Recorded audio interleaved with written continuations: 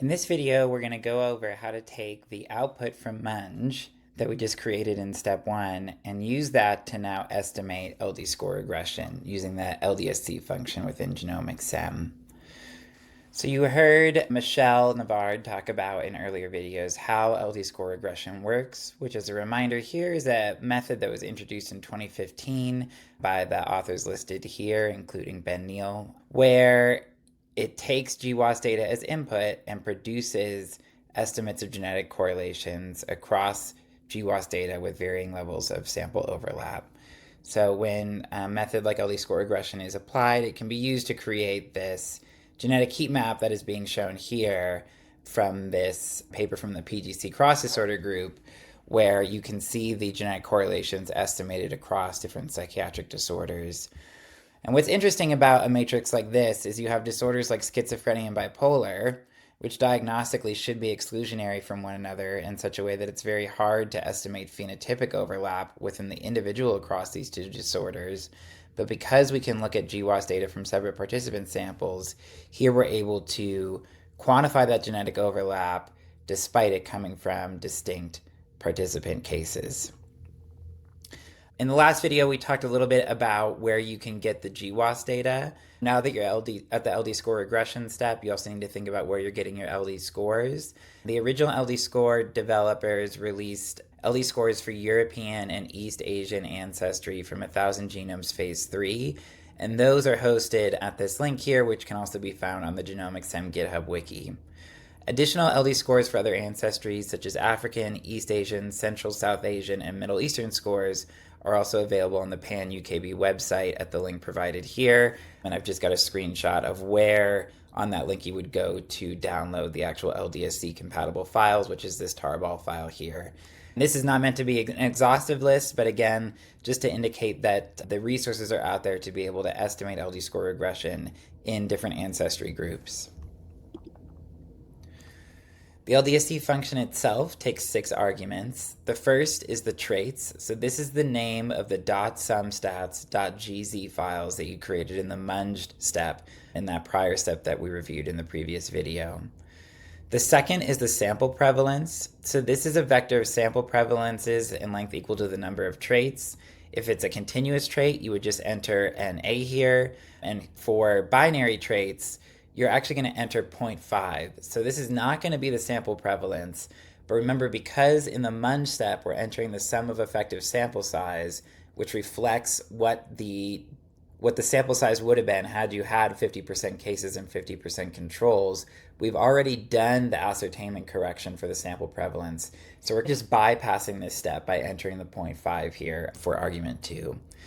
The third argument, population prevalence, relates again to that liability scale correction, but this relates to that part of the equation that we have not taken care of, the fact that we have binarized a continuous distribution of liability risk. For this, you're going to put the population prevalence of the disorder or disease outcome that you're studying. This number can sometimes be a little bit hard to nail down in that different epidemiological studies might report a wide range of population prevalences depending on different contextual factors. My advice on this would be to look at the original papers and see if the authors who specifically did the GWAS for that trait came up with a population prevalence. And in that case, I trust the primary authors for the GWAS of that outcome to have done their research and figure out what the population prevalence is. But if you don't want to take their word for it approach, you could certainly look within the larger literature to try and come up with an estimate here. Because you're looking at different combinations of traits, I would not recommend looking at different combinations of population prevalences, because you would also have those combinations across the different traits. Argument 4 and 5 are typically the same folder, and it's the folder of LD scores. The difference is that LD score regression runs a weighted regression, and you can look at the 2015 paper for more details on that. There's not really any use case that I can imagine where you would want different LD score weights as opposed to LD scores. So again, argument 4 and 5 are 99% of the time, if not 100% of the time, going to be the same exact folder path to LD scores. And as I mentioned in the past slide, in the prior slide, there are different resources where you can get those LD score weights. And then finally, the sixth argument is the trait names. I'd be mindful here about how you're naming your traits. R is case sensitive. You don't want to have spaces in the trait names. This is how you're going to specify the model in the third step that we're going to go over in the next video with user model. So come up with names that are easy to type out, probably 8 characters or less, so that it's not a nightmare when you actually type out the model. Okay, let's go to the code.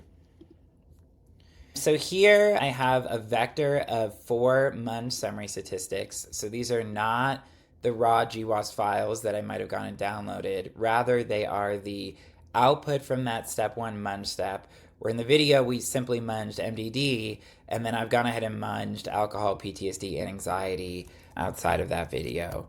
So we're going to load in that first argument traits. As I mentioned before, sample prevalence is going to be entered as 50%, because we've already done that correction at the level of the sum of effective sample size provided to Munge. And here I have population prevalences, 15.9%, 30%, 15%, and 20% for these different disorders. And again, these are taken from the original GWAS papers for each of those disorders. Here I have the folder of LD scores, which is in a directory up. That's why I have these 2 dots here from where I have the Munge sum stats, but it's in an overall shared directory. Yeah, and those can be downloaded directly from the Genomics and GitHub. Here we're using the European weights because we've got European data for these 4 disorders. And here I have the shorthand trait names that I'm going to use in the model in the next step. So putting it all together, now we can run LDSC. This was optimized a few years ago so that even with a large number of traits, it should only take a few minutes. So you can see first it's going to print a screen that it is reading in the data, and then it's going to quickly print the output from estimating the heritabilities and covariances in LD score regression. So I'm going to save that. Within this, what is created is a list object that includes a number of different pieces, but I want to specifically go over 2 pieces in this object. The first is the S matrix, which is the genetic covariance matrix across the 4 traits: alcohol, PTSD, MDD, and anxiety. So on the diagonal here, you have the heritabilities for these traits, and on the off diagonal, you have the genetic covariances between them, where in the standardized case, it would be the genetic correlations. The second critical piece is going to be the V matrix here. So this is the sampling covariance matrix across the traits that includes the squared standard errors on the diagonal. This is what allows you to include GWAS with different degrees of precision or power and still get appropriate standard errors in genomics M. And the off-diagonal indexes the sampling dependencies or sampling covariances across the traits that's going to arise in the presence of participant sample overlap. So these are estimated directly from the data, and you don't need to know participant overlap, as I've mentioned across these videos, because of that off-diagonal.